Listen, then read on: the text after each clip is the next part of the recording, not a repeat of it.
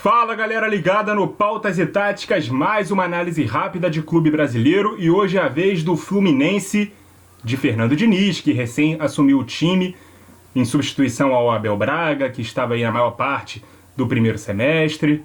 Fernando Diniz, que é um técnico que dividiu opiniões, né, quando foi recontratado pelo Fluminense, ele que já teve uma primeira passagem, mas que é um técnico que inegavelmente deixa a sua impressão digital nos times que ele monta e mais uma vez está aí imprimindo ali a sua cara na equipe do Fluminense. Alguns detalhes táticos, alguns padrões já são muito perceptíveis no tricolor das Laranjeiras e é isso que a gente veio falar no vídeo de hoje. Se você já é inscrito, muito obrigado. Se é novo por aqui, seja muito bem-vindo. Espero conquistar a sua inscrição, assim como seu like nesse vídeo, seu feedback nos comentários, sua sugestão de tema para próximos vídeos, também seu compartilhamento com os amigos, no caso desse vídeo específico, em especial para os tricolores cariocas, né? O tricolor das Laranjeiras, o Fluminense. Então, sem mais enrolação, vamos embora para o conteúdo do nosso vídeo de hoje. O Fluminense que com o Abel Braga começou 2022 com dois times, né? Um para os clássicos no Campeonato Carioca e também jogos da Libertadores, e o outro para a maioria dos jogos dos estaduais, do estadual, né? Que tinha ali pouco apelo, digamos assim. O time titular jogava com 3 zagueiros, alas e não tinha um meia central. Era um 3-4-3 que variava para um 4-3-3 com o Felipe Melo, inclusive, de zagueiro central com a posse, adiantando no primeiro bote na fase defensiva. Não havia linha de 5. Aquele Fluminense tinha Fábio no gol, Nino, Felipe Melo e David Braz na zaga, Calegari na ala pela direita, Iago Felipe e André como os volantes, Cris Silva na ala esquerda, Luiz Henrique pela direita, né, aí entrando no ataque, Fred era centroavante e William Bigode na ponta esquerda. No time reserva, alguns jogadores se destacavam num mais tradicional 4-2-3-1. O Ganso, que fez ótimos jogos no início da temporada, o Arias, que sempre que entrou fez ótimos jogos, e o Germancano, que num primeiro momento foi reserva do Fred. Além desses, o Samuel Xavier e o Wellington também eram reservas na época, e esse time reserva tinha Marcos Felipe no gol, Samuel Xavier, Manuel, Lucas Claro e Pineda na linha de defesa, Wellington, Martinelli, Nonato e Ganso, além do Arias e o Germancano na frente. Com o Diniz, esses nomes que nós destacamos mais se tornaram titulares. E aqui a gente entra no time atual, né, do Fernando Diniz, o time atual do Fluminense, que tem Fábio no gol, Samuel Xavier assumindo a lateral direita, Nino e David Braz na zaga e Cris Silva na lateral esquerda. Wellington e André são os dois volantes, Luiz Henrique na ponta direita, Ganso, o meia central, Arias na ponta esquerda e o Cano centralizado. Algumas ressalvas que são precisas ser feitas, né, nesse time titular. O Nino esteve machucado, né, durante algum tempo e o titular ao lado do Braz foi o Manuel. Então, nas últimas partidas, nas mais recentes, foi possível ver Manuel e Braz juntos sem o Nino. Mas é claro que o Nino é o titular da posição. O Iago Felipe acabou perdendo a vaga de titular para o Wellington. Isso dividiu muitas opiniões em um dado momento. O Felipe Melo esporadicamente deve ser utilizado como titular. Como ele voltou recentemente de lesão, provavelmente ele tem ficado mais na reserva por isso, para ser preservado para os jogos mais difíceis.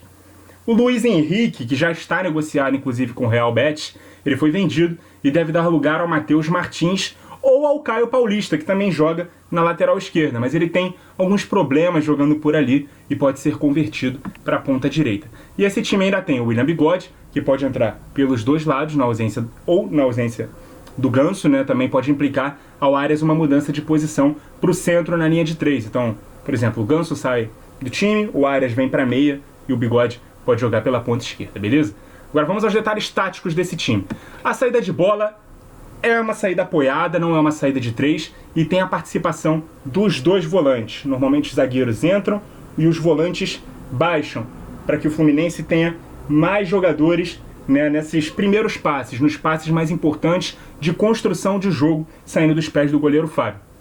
A intenção é ter superioridade no setor da bola e um jogador livre na virada de jogo. Então não só pelo centro, mas também pelos lados, o Fluminense também costuma jogar e fazer com que o time congestione bastante esse lado. Inclusive, o Ganso ele pode baixar para ajudar nessa superioridade, seja centralizado ou encostando no lado que a jogada acontecer. Normalmente, o lateral esquerdo vai ser o jogador livre para receber a inversão vinda do lado direito. Então, quando o time congestiona o lado direito, normalmente é o lateral esquerdo quem vai ficar livre. Até mesmo o Arias, que é o ponta esquerda, ele se aproxima quando a jogada é pelo lado direito. Mas quando a jogada é pelo lado esquerdo, o time mantém 2 jogadores abertos. O Samuel Xavier, que é o lateral direito, e o Luiz Henrique. Ele também se mantém aberto. Mas o time não usa amplitude máxima. Nenhum jogador fica ali tão encostado na linha lateral. Geralmente a amplitude do time ela é baseada ou na extensão da linha de defesa do adversário ou a extensão da área que o time ataca. Vamos colocar aqui rapidinho a linha de defesa. A gente vai reparar muito que o Fluminense geralmente faz com que o seu jogador mais aberto do lado oposto sempre fique aqui, ó, no limite da onde a linha defensiva se projeta. Se o time está mais centralizado e defende mais a própria área, a amplitude sempre vai ser aqui, ó, nos limites da grande área. Para quê? Para funilar mais o jogo e deixar o jogo acontecendo na região do campo em que ele se decide mais. E é justamente na zona central. Por mais que o time construa do lado para dentro ou de um lado para o outro, é importante que a zona central esteja mais recheada, porque é uma zona de mais perigo para o adversário. É uma zona mais difícil de controlar para o adversário, porque é uma zona onde os jogadores entram na área de frente para o gol. O Fluminense usa de uma transição rápida, não prima mais pela manutenção da posse de bola, que era uma marca do Fernando Diniz no começo da carreira. Então não tem mais aquelas longas trocas de passes, mas tem chegadas na área mais velozes. Não vai dar para eu ilustrar aqui na prancheta, mas é um ponto, né, que a gente tem que ressaltar. E é importante notar que as linhas de passe são sempre com triangulações e muita movimentação dentro do próprio triângulo, né, criando tabelas e confusão na marcação. Então vamos ilustrar aqui uma triangulação feita pelo lado direito, uma triangulação até prática, né? Porque a gente viu essa postura feita no jogo contra o Atlético Mineiro, por exemplo. Tirar aqui a linha defensiva do adversário rapidamente para a gente poder mostrar na prática como isso funciona. Por exemplo, a triangulação aqui acontecendo entre Samuel Xavier, Luiz Henrique e um dos volantes. Pode ser o Wellington, pode ser o André. Eles vão trocando de posição à medida que o time vai se movimentando. Então, se o Luiz Henrique veio mais para dentro, o Samuel vem mais para fora, e aí o volante fica aqui como vértice fechando o triângulo. E aí, se o Samuel Xavier entra, o Luiz Henrique se mantém por fora. A gente viu, inclusive, contra o Atlético Mineiro, o Samuel Xavier recebendo dentro da área e marcando um gol com o cruzamento do Luiz Henrique pelo lado direito. E aqui sempre baixando, formando a ponta do triângulo, que tem aqui uma base alta e ponta baixa, fica ali um volante. Ou mesmo o Paulo Henrique Ganso, para poder dar suporte à jogada. Essa triangulação, essa movimentação sempre é muito bem feita na troca de passe que o Fluminense faz para poder montar as suas jogadas. Muitas vezes, na saída de pressão, a bola é recuada para que os zagueiros sejam estimulados a dar um passe que quebre as linhas, mesmo próximos da própria área, justamente para restartar o ataque de forma rápida. Então vamos supor que o Fluminense está pressionado aqui no campo de defesa. E aí ele não consegue criar muito, não consegue fazer com que a bola chegue, né, nas movimentações ofensivas, está aqui triangulando, não consegue fazer a bola chegar na rapaziada que está na frente. A bola é recuada aqui para os zagueiros, e mesmo que eles estejam pressionados, eles não ficam confortáveis ali só para dar o passe para o lado. Eles são estimulados a dar esse passe que quebra a linha, que supera aqui a primeira marcação, que acha algum jogador entre as linhas defensivas do adversário. Eles são jogadores que fazem isso muito bem, tanto o Nino quanto o David Braz, o Manuel também, o Lucas Claro também. Inclusive, o Lucas Claro é um jogador que eu gosto muito do Lucas Claro. Em outras análises do Fluminense que eu fiz aqui, eu falei muito bem dele, mas é um cara que se destaca mais pela força física dele e pela imposição no jogo aéreo. Aqui no time do Diniz ele precisa de zagueiros mais técnicos, talvez por isso o Lucas Claro tenha perdido um pouco de moral, perdido um pouco de espaço. Com o Abel também, numa trinca de zagueiros, não dava para jogar com tantos zagueiros pesados, mas numa dupla e num time que demanda desses zagueiros mais técnicos, o Lucas Claro acabou ficando no banco, mas esses dois zagueiros aqui estão dando muito bem conta do recado. Nos contra-ataques, quando o Fluminense está iniciando a jogada desde trás, e precisa acelerar o jogo, repor aqui a linha de defesa rapidinho para mostrar esse aspecto que é muito importante. Se o adversário perde a bola e recompõe de forma rápida, o time acelera empurrando a defesa do adversário para trás. Então, esses jogadores mais ofensivos do Fluminense, eles vão acelerar, né? Como se fossem decidir a jogada rapidamente, trocam passes por aqui, a defesa adversária está para trás, espaçou da segunda linha. Quando espaça, o resto do time vem e o time pode trocar passes com mais tranquilidade, porque esse espaço agora está maior e a linha está mais encurralada, digamos assim, dentro da própria área. Então é uma virtude também que o time do Fernando Diniz está conseguindo fazer. Pegou a bola, acelerou. Não conseguiu achar um último passe, pelo menos espaçou a primeira da segunda linha, pode recuar e trocar passes entre linhas. E um último aspecto, o Cano, que prende muito a marcação da linha de defesa para fora da área até o último instante.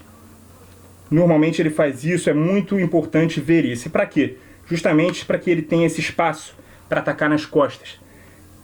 A jogada está por aqui, ele está prendendo os zagueiros fora da área. Na iminência do último passe, ele ataca o ponto futuro, ele faz uma diagonal, e por isso que quase sempre ele está bem posicionado, quase sempre ele está desmarcado, e quase sempre ele consegue decidir o jogo, decidir a jogada, finalizar com um toque só na bola. É muito efetivo o Germancano nesse tipo de jogada, ele se desmarca e ele ataca o espaço como poucos centroavantes do futebol brasileiro e do futebol mundial fazem. O Cano é muito bom nesse tipo de jogada. E o último aspecto, o aspecto defensivo, que é como o time marca, normalmente em bloco médio.